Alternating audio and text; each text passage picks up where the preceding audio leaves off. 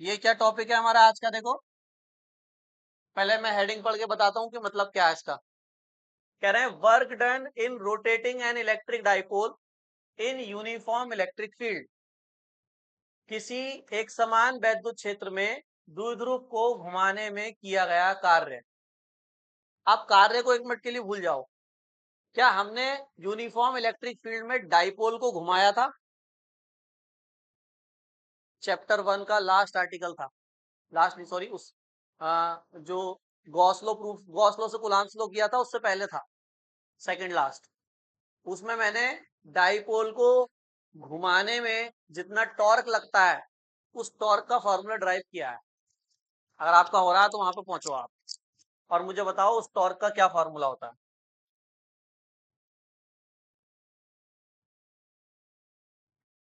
हमने क्या किया था?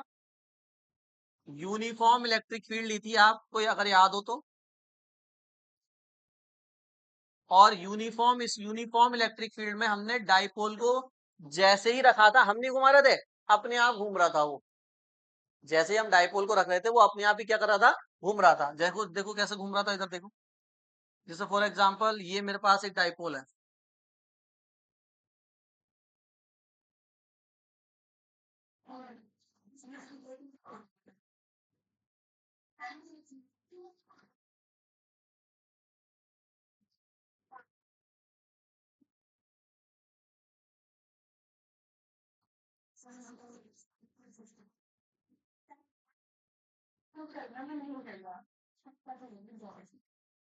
ठीक है? ये मेरे पास कोई डाइपोल है। अब देखो, इस डाइपोल को जब मैं कैसे रख रहा था? किसी एंगल पर रख रहा था तभी तो घूमता था ये। जैसे ऐसे मैंने इसको रख दिया इसके अंदर, इलेक्ट्रिक फील्ड के अंदर, तो क्या होता था? जैसे ही इस डाइपोल को हम किसी एंगल पर रखते थे, ये घूम के अपने आप ही क्या हो जाता था? सीधा इलेक्ट्रिक फील्ड की डायरेक्शन में हो जाता था, ऐसे करके। ये तो बताया था। तो घुमाने में इसको इलेक्ट्रिक फील्ड जो लगा रही है उसी को टॉर्क कहते हैं। टॉर्क क्या होता है? जब किसी बॉडी पर ऐसा फोर्स लगाएं कि वो रोटेट होने लगे। तो यहाँ पर इलेक्ट्रिक फील्ड इस डाइपोल पे क्या लगाती है? टॉर्क लगाती है, और इसको वापस से घुमा के क्या कर देती है? सीधा कर देती है। तो इस टॉर्क का डेरिवेशन हम पिछले चैप्टर में कर चुके हैं। कितना टॉर्क लगता है बताओ, किसको पता है? क्या फॉर्मूला होता है इस टॉर्क का? हाँ बिल्कुल सही। अगर नहीं पता तो वहां से देख लेंगे। ये जो टॉर्क लगता है इसका फॉर्मूला आया था पी ई साइन थीटा। अरे यही तो फॉर्मूला था, बताइए, यही था फॉर्मूला टॉर्क का। लेकिन इसमें टॉर्क पूछा है क्या इन्होंने? अब क्या पूछ लिया ऐसा? वर्क डन पूछा है। क्या पूछा है? Work done.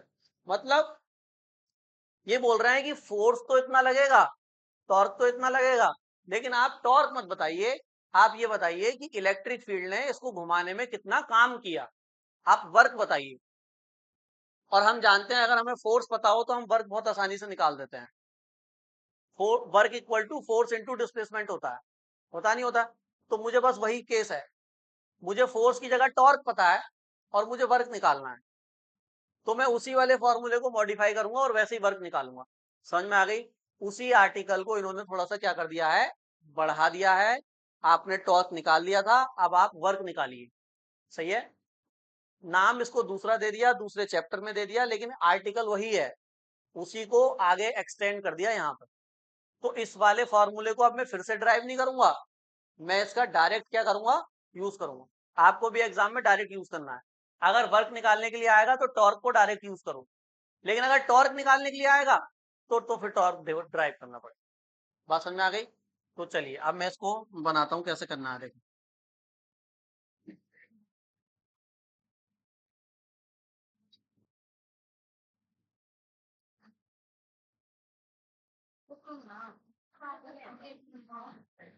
देखिए,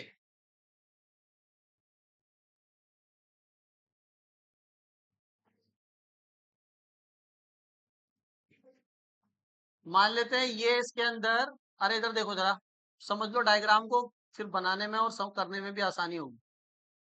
मान लेते हैं ये इसके अंदर एक डाइपोल रखा हुआ है, ठीक है? अच्छा, कोई बताएगा कि इस पर टॉर्क लगता क्यों था? ये वाला चार्ज कैसा है? निगेटिव। और ये वाला चार्ज कैसा है? क्यों लगता था भाई टॉर्क? बताएगा कोई? क्योंकि ये दोनों चार्ज जो थे ना, ये कपल ऑफ फोर्स बनाते हैं। कपल ऑफ फोर्स मतलब फोर्स का जोड़ा, कपल मतलब जोड़ा। तो यहाँ पे जो पॉजिटिव चार्ज है उस पर पॉजिटिव डायरेक्शन में फोर्स लगेगा इलेक्ट्रिक फील्ड की तरफ, और जो नेगेटिव चार्ज है उस पे अपोजिट। अब किसी चीज पे इधर और इधर फोर्स लगाओगे तो घूमेगी यार, घूमेगी। तो मैं इधर भी फोर्स लगाऊं इधर भी फोर्स लगाऊं तो घूमेगी, इसी को तो टॉर्क कहते हैं। तो ऐसे टॉर्क बनता था, किसी को समझाया था, फिर मैंने फिर टॉर्क का फॉर्मूला भी निकाला था।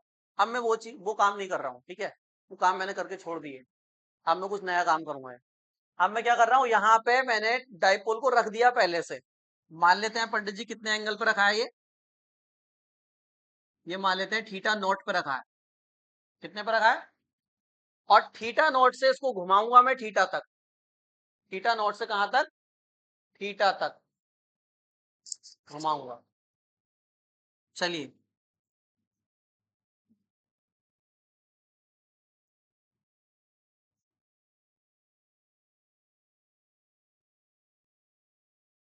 देखो डायग्राम समझ में आ जाना चाहिए आपको, तभी आर्टिकल समझ आएगा। अगर डायग्राम समझ नहीं आया तो आर्टिकल समझ नहीं आएगा। तो इसलिए एक एक स्टेप को ध्यान समझते रहना। देख रहे हो, ये दो दो डाइपोल नहीं बनाए, ये वही वाला डाइपोल है, बस पोजीशन चेंज हो गई है। देखो, पहले ये डाइपोल कितने एंगल पे रखा मैंने? थीटा नॉट पे। अरे लड़की इधर देखो, थीटा नॉट पे रखा। अब थीटा नॉट से इसको घुमा के मैं कहा ले आया? थीटा पे। ये वाला एंगल कितना मान लेते हैं हम यहां से यहां तक पूरा? थीटा। ये पूरा एंगल कितना मान लेते हैं आप? मतलब डाइपोल को थीटा नॉट से कहां तक घुमाया गया है? थीटा तक। यूनिफॉर्म इलेक्ट्रिक फील्ड में थीटा नॉट पे डाइपोल रखा था, ऐसा समझो 30 डिग्री पे रखा था, तुमने 60 डिग्री कर दिया उसको घुमा के। घुमा दिया? घुमाया नहीं घुमाया? तो बस वो यही पूछ रहे हैं कि इसको घुमाने में तुमने कितना काम किया, ये बता दो। इसको घुमाने में जो वर्क हुआ उसको बता दो। वर्क तो करना पड़ेगा, क्योंकि इलेक्ट्रिक फील्ड तो घुमाना ही नहीं चाह रही ना उसको। इलेक्ट्रिक फील्ड तो सीधे रखना चाह रही है, लेकिन आप इलेक्ट्रिक फील्ड के अगेंस्ट फोर्स लगा रहे हो। और जब किसी फोर्स के अगेंस्ट फोर्स लगता है तो वर्क होता है, और वही वर्क पोटेंशियल एनर्जी में स्टोर होता है। छोड़ दोगे तो काइनेटिक एनर्जी बनती है, वही तो सब है। ठीक है, कहने का मतलब यह है कि थीटा नॉट से थीटा तक घुमाने में हमें क्या निकालना है? अब वर्क निकाल। ये दो डाइपोल है क्या? एक ही है। पहले थीटा नॉट पे रखा था, बाद में घुमा के कहाँ ले आया उसको। अब इसको घुमाने में कितना काम हुआ वो मुझे निकाल। बात समझ में आ गई? लिखिए।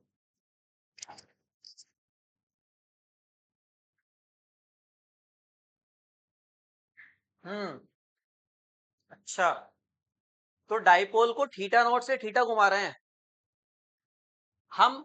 इस डाइपोल को पहले देखो हम क्या कर रहे हैं, थीटा नॉट से थीटा घुमा रहे हैं। तुम सोच रहे हो भैया ऐसे रखो ना और ऐसे थीटा घुमा दो, जीरो से थीटा घुमा दो ना। तो वो तो केस आ ही जाएगा। जब एक बार आपने थीटा नॉट से थीटा घुमा दिया तो थीटा नॉट को जीरो कर दो, तो जीरो से थीटा तक घूम जाएगा। मेरी बात समझ में आई क्या बोला मैंने? अभी हम डाइपोल को थीटा नॉट से थीटा घुमा रहे हैं। तुम सोच रहे होगे कि भैया डाइपोल को जीरो से थीटा घुमाओ। जीरो से थीटा जब ऐसे रखा होगा डाइपोल, तो एंगल कितना होगा? जीरो। और जब कुछ घूम जाएगा तो कितना आ जाएगा? थीटा। लेकिन मैं क्या कह रहा हूं, मैं जीरो से नहीं घुमा रहा, मैं पहले से ही उसको थीटा नोट पे रखे हुआ हूं और फिर थीटा तक लेके गया हूं। तो ये ज्यादा जनरल है। ये क्या है?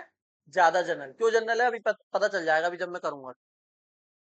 अच्छा आप बताइए, मुझे क्या करना पड़ेगा? यहाँ पे वर्क का फॉर्मूला लगाना पड़ेगा, सही है।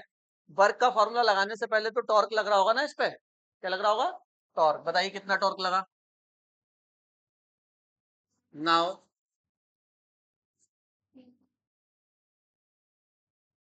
इतने सारे कलर हैं, इसका फायदा क्या होगा फिर? Now the torque acting on the, Hindi बोल दूंगा इसकी, है ना। Now the torque acting on the electric dipole. Torque acting on the electric dipole. अभी बताया था यहाँ पे फॉर्मूला लिखा हुआ था टॉर्क का, क्या था बताइए वंशिका?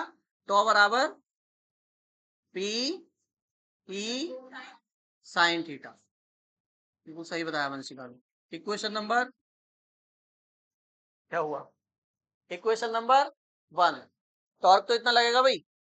कौन होशियार बताएंगे कि वर्क का कौन सा फॉर्मूला लगेगा। वर्क के दो फॉर्मूले हैं, मैं बार बार आपको बताता हूं। एक इंटीग्रेशन वाला फॉर्मूला होता है, एक बिना इंटीग्रेशन वाला फॉर्मूला होता है। इंटीग्रेशन वाला तब लगता है जब फोर्स वेरिएबल हो, बिना इंटीग्रेशन वाला तब लगता है जब फोर्स कांस्टेंट हो। आपको बताना है इंटीग्रेशन वाला फॉर्मूला लगेगा या बिना इंटीग्रेशन वाला लगेगा। एक बात ध्यान रखना, यहाँ फोर्स नहीं है, यहाँ टॉर्क है। यहाँ फोर्स की जगह कौन है? टॉर्क है। तो टॉर्क फोर्स का काम करेगी यहाँ पे, ठीक है। तो अब मैं निकालूंगा work. Now work done on the dipole, on the dipole, electric dipole. कहां से कहां रोटेट किया? From rotating it, from rotating it कहां से कहां? थीटा नॉट से, मतलब थीटा नॉट से थीटा तक रोटेट करने में जो वर्क हुआ उसका फॉर्मूला मैं लिखूंगा। अब आप बताइए, बिना इंटीग्रेशन वाला लिखूं या इंटीग्रेशन वाला लिखूं? वर्क के दो फॉर्मूले होते हैं, इंटीग्रेशन एंड विदाउट इंटीग्रेशन। पहले आप इसको नोट करिए फिर बताना। देखिए, तो वर्क का फॉर्मूला हम आपको पहले बता चुके हैं और क्लास 11th में भी था। वर्क के दो फॉर्मूले होते हैं, एक तो होता है फोर्स इनटू डिस्प्लेसमेंट वाला, ये होता है। कॉस थीटा भी आता है, उसमें एंगल देखते हैं फोर्स, अभी के लिए कॉस थीटा इग्नोर कर रहे हैं, ठीक है। और दूसरा फॉर्मूला होता है इंटीग्रेशन वाला। वो कौन सा होता था? इंटीग्रेशन, यहाँ लिमिट होती थी एफ डी एस। ये दो फॉर्मूले आपने पढ़े या नहीं पढ़े? ये कब लगता है? जब फोर्स क्या हो। ये कब लगता है? जब फोर्स क्या हो। ये भी बात आपको पता है, सही है। अब यहाँ पे कुछ चीजें बदली हुई हैं, ध्यान से देखना। हमारे आर्टिकल में फोर्स नहीं है, हमारे आर्टिकल में फोर्स की जगह टॉर्क है। मैंने कहा कोई फर्क नहीं पड़ेगा उससे, हम एफ की जगह टॉ लिख देंगे, सही है। और हमारे आर्टिकल में डिस्प्लेसमेंट भी ऐसा वाला नहीं हुआ है। हमारे आर्टिकल में डिस्प्लेसमेंट में वो घूमा है, तो घूमने वाले डिस्प्लेसमेंट को एंगुलर डिस्प्लेसमेंट कहते हैं। क्या कहते हैं? मतलब इस फॉर्मूले को मैं टॉ में बदल सकता हूं। देखो कैसे, W इक्वल टू, यहाँ पे फोर्स की जगह टॉ आ जाएगा और डिस्प्लेसमेंट की जगह क्या आ जाएगा? Angular displacement. एंगुलर डिस्प्लेसमेंट का सिंबल थीटा होता है। एंगुलर डिस्प्लेसमेंट का सिंबल थीटा पे ही तो घुमा ना वो, थीटा नॉट से थीटा। इसको भी बदला जा सकता है, कैसे? वर्क इक्वल टू इंटीग्रेशन टॉ, और यहाँ पे ds की जगह क्या आ जाएगा? D theta. तो ये भी वही है, जब टॉ कांस्टेंट होगा तो ये लगेगा, और जब टॉ वेरिएबल होगा, अरे टॉ भी तो फोर्स ही है यार, बिल्कुल सेम इमेजिन कर रहे हो ना। ये और ये सब सारे फॉर्मूले क्या है? सेम ही है। तो मुझे बताओ, ये लगेगा मतलब ये दोनों में से, मतलब ये वाले फॉर्मूले लगेंगे या ये वाले फॉर्मूले लगेंगे? अब आप केस देखो, वापस से आओ। ये डाइपोल इसमें घूमेगा, है ना, इसको घुमाया आपने, थीटा नॉट से कहां ले गए? थीटा तक।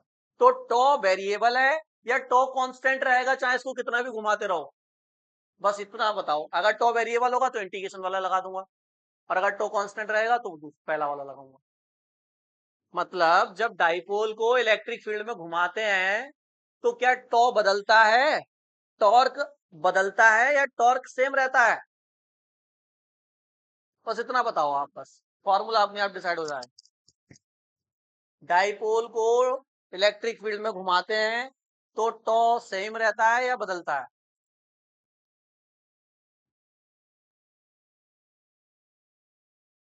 इतना तो बता ही दो अब। लड़की, बदलता है टॉर्क सेम रहता है? सेम रहता है, सेम रहेगा, सेम रहेगा। आप बताओ। वेरिएबल होगा, बदलेगा? आप बताओ। बदलेगा? आप बताओ। आप बताओ। सेम, बदलेगा? आप बताओ। आप बताओ। आप बताओ। आप बताओ। सेम। देखिए,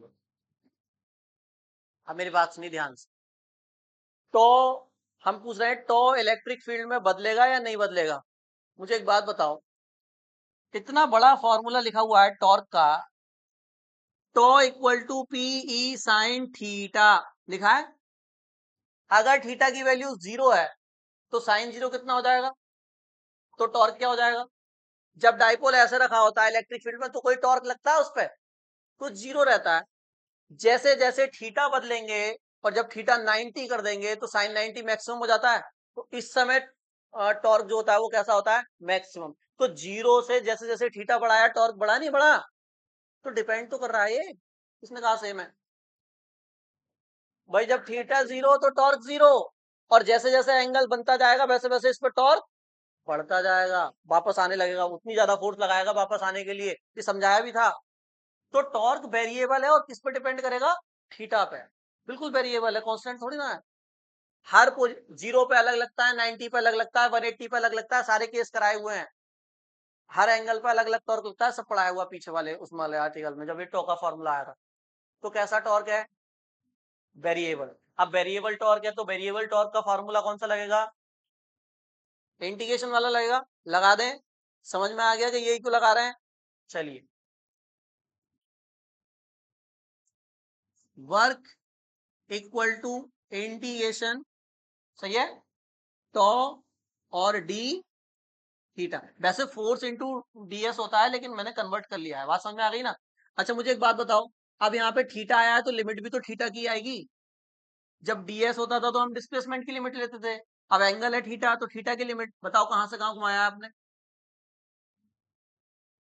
और जीरो से थीटा घुमाया होता तो जीरो टू थीटा आ जाता, लेकिन मैंने अभी जीरो नहीं माना, मैं जीरो बाद में मानूंगा, तो मैंने कहां से कहां घुमाया है इसको, थीटा नॉट से थीटा घुमाया है, तो ये मैंने लिमिट भी पुट कर दी।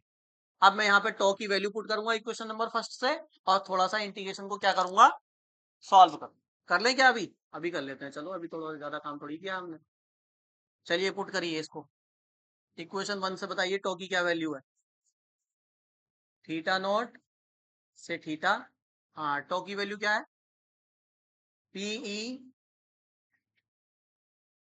साइन थीटा, और इनटू में क्या बताइए, डी थीटा, सही है यहाँ तक। कांस्टेंट वैल्यू इंटीग्रेशन से बाहर आ जाती है क्या, तो पी भी बाहर आ जाएगा, ई भी कांस्टेंट है, डाइपोल का मूवमेंट भी कांस्टेंट है, दोनों बाहर, अंदर कौन बचेगा केवल, तो वर्क इक्वल टू, ये वर्क ही तो हमें निकालना है, तो पी बाहर आ जाएगा, ई बाहर आ जाएगा, इंटीग्रेशन में कौन बचेगा बताइए, केवल क्या बचेगा, साइन थीटा और थीटा। अच्छा ठीक है, इंटीग्रेशन यहाँ पे भी थीटा यहाँ पे भी थीटा हो जाएगा इंटीग्रेशन। तो अब आप साइन थीटा का इंटीग्रेशन कर दीजिए और मुझे बताइए कितना होता है, बताइए, W is equal to P E sine theta का इंटीग्रेशन कितना होता है, साइन थीटा का इंटीग्रेशन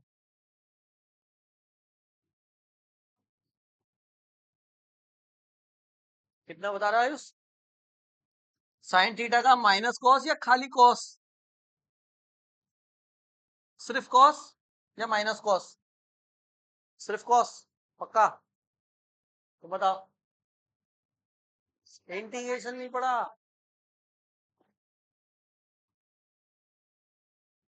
और लिमिट क्या है, थीटा नॉट से माइनस कॉस ही होता है, जब इंटीग्रेशन के बाद सी आ जाता है तो माइनस लगा देते हैं, ये पहचान है, ठीक है, हाँ, और कॉस का जो डिफरेंशियल है वो माइनस साइन हो जाएगा, कॉस का डिफरेंशियल माइनस साइन, और साइन का इंटीग्रेशन माइनस कॉस, ठीक है। चलिए, माइनस के साइन को बाहर ले लें क्या, माइनस के साइन को कहाँ ले लिया, ये फॉर्मूला है, ये सोनम फॉर्मूला है, साइन का डिफरेंस इंटीग्रेशन कॉस होता है, ये आपको याद करना पड़ेगा, ठीक है सोनम।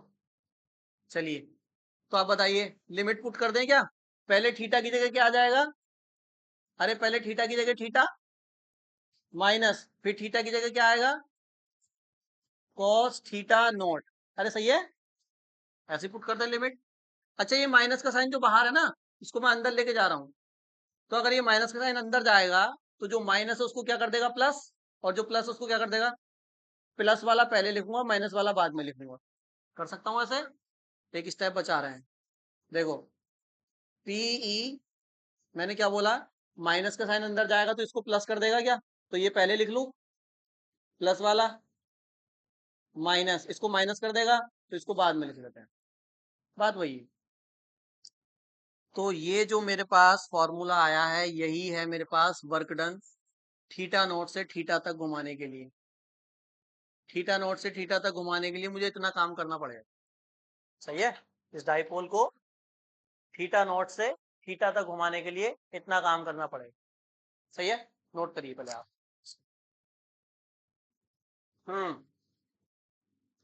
अब बताओ, न्यूमेरिकल में आपसे कहा गया, इधर देखना जरा, न्यूमेरिकल आया, इसका आर्टिकल नहीं आया मान लो, और न्यूमेरिकल में ये कहा गया है कि हमने किसी डाइपोल को 30 से 60 डिग्री पे घुमाया है, 30 डिग्री से 60 डिग्री तक घुमाया है, तो थीटा नॉट की वैल्यू 30 हो गई, और जो बड़ा वाला एंगल है वो थीटा हो गया। दोनों वैल्यू आप यहाँ पुट करेंगे और पी और ई की वैल्यू वो देगा आपको, और फिर वहां पे पुट करके और वैल्यू निकाल लेंगे, आंसर आ जाएगा जूल में, क्योंकि वर्क है ना, तो यूनिट क्या बनेगी, जूल। सही है। अब मैं ये कह रहा हूं कि अगर हम थीटा नॉट को 0 कर दें, मतलब हम डाइपोल को इनिशियल पोजीशन से घुमाएं उसकी, हम जब उस पर टॉर्क 0 होता है, तो कुछ नहीं करना, पूरा दोबारा से करने की जरूरत नहीं है, यहीं पे थीटा को क्या पुट कर देना है, इफ थीटा नहीं सॉरी थीटा नॉट को क्या पुट कर देना है, 0 डिग्री। अगर आप थीटा नॉट 0 डिग्री पुट कर दोगे, मतलब अब आप डाइपोल को कहां से घुमा रहे हो, उसकी इनिशियल पोजीशन से, यहां से घुमा रहे हो अब आप, और जहां तक भी घुमाओ थीटा एंगल तक घुमाया मान लेते हैं। सही है, तो इनिशियल से थीटा तक ले जाने में कितना काम करना पड़ा, इसी से आ जाएगा फॉर्मूला। थीटा नॉट की जगह 0 पुट करो और आंसर आ जाएगा, क्या आएगा। तो मैंने तो जनरल करा दिया ना, अब तो कोई सा भी आंसर आ जाएगा। क्या आएगा बताइए, पीई ब्रैकेट थीटा नॉट की जगह 0 माइनस कॉस थीटा, कॉस 0 कितना होता है, कॉस 0 होता है 1, माइनस कॉस थीटा। बताओ क्या टफ है, ये आ गया इनिशियल पोजीशन से घुमाने वाला आर्टिकल। अगर वो बोल रहा है कि हमने इलेक्ट्रिक फील्ड में डाइपोल को 90 डिग्री घुमाया है, अब सुन लो, उसने कहा हमने इलेक्ट्रिक फील्ड में डाइपोल को 90 डिग्री घुमाया है, बस एक ही एंगल दिया 90 डिग्री, तो आप समझ जाओ कि उसने कहां से घुमाया होगा, इनिशियल से 90 पे गया होगा। बात समझ में आ रही है। तो क्वेश्चन एमसीक्यूज में जो आते हैं, अगर वैसा लॉन्ग क्वेश्चन नहीं आएगा तो एमसीक्यूज में जरूर आता है इसका क्वेश्चन, कहेगा हमने इलेक्ट्रिक फील्ड में डाइपोल को 180 डिग्री घुमाया है, कितना घुमाया है, बताओ कितना वर्क होगा। तो अब उसने एक ही एंगल दिया, तो आपको ये वाला फॉर्मूला यूज करना है, थीटा की वैल्यू 180, 90 घुमाया तो थीटा की वैल्यू 90। समझ में आ गई, इसलिए ये फॉर्मूला जरूरी है इनिशियल वाला, इसलिए मैंने इसको लिखवा दिया, नीचे लिख लो आप इसको। चलिए केस कर लेते हैं इसके, है ना, निकाल के देख लेते हैं वैल्यू कितनी कितनी आ रही है, बताइए। इफ डाइपोल, मैं हिंदी में बोल दूंगा, है ना, if dipole is rotated eight an angle 90 degree, Hindi में लिखेंगे यदि द्विध्रुव को 90 डिग्री के कोण पर घुमाया गया हो, यदि द्विध्रुव को 90 डिग्री के कोण पर घुमाया गया हो, तो कितना काम करना पड़ेगा, तो W equal to PE bracket 1 minus cos, अभी 90 डिग्री किसकी वैल्यू है, थीटा की, तो कॉस 90, और कॉस 90 कितना होता है, कॉस 90 कितना होता है 0, तो 1 में से 0 गया, कितना बचा 1, यानी क्या आया आंसर खाली, 90 डिग्री घुमाने के लिए आपको पीई वर्क करना पड़ेगा, पीई जूल वर्क। सही है, तो एमसीक्यूज में 4 ऑप्शन होंगे, 90 डिग्री घुमाने में 0 वर्क हुआ, माइनस पीई हुआ, 2 पीई हुआ, या सिर्फ पीई हुआ, तो ऑप्शन पी, ऐसे करके एमसीक्यूज बनते हैं। सही है, क्या कह रही हो सोनम,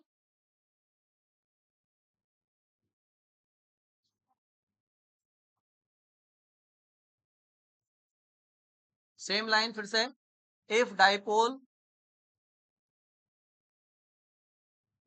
इज रोटेटेड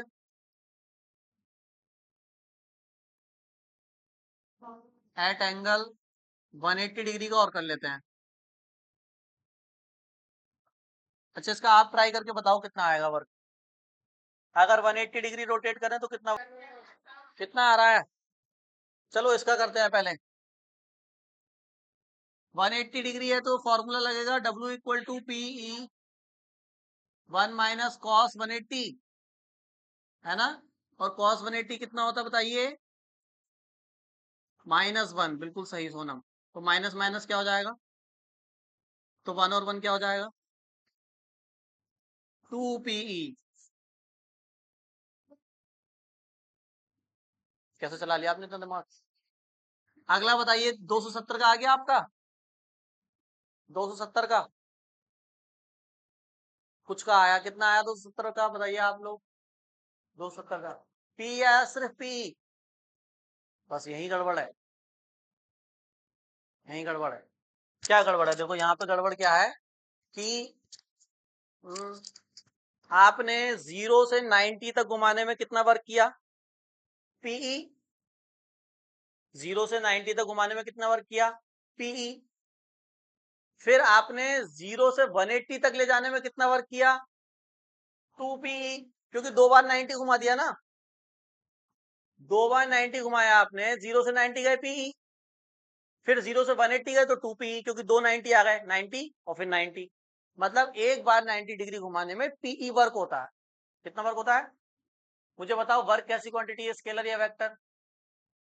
वर्क कैसी क्वांटिटी है, स्केलर या वेक्टर।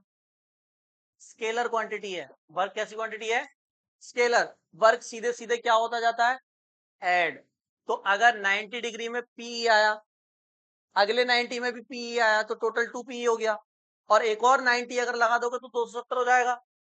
तो PE plus PE plus PE, कितने पीई हो गए, तो इसका वर्क कितना आएगा। आप फॉर्मूले से करोगे तो गड़बड़ हो जाएगी, है ना, क्योंकि फॉर्मूला आपको बता रहा होगा सिर्फ पीई। उसने 180 डिग्री तक का वर्क कैंसिल करके आगे का बता दिया खाली बस। लेकिन हमने तो 0 से 270 तक लेके गए ना, तो हमारा वर्क कितना आएगा, 3PE। वर्क सीधा सीधा ऐड होते जाएगा। सही है। चलिए आज के लिए इतना ही रहने देते हैं, कल एक और नए आर्टिकल के साथ नई क्लास में मिलते हैं।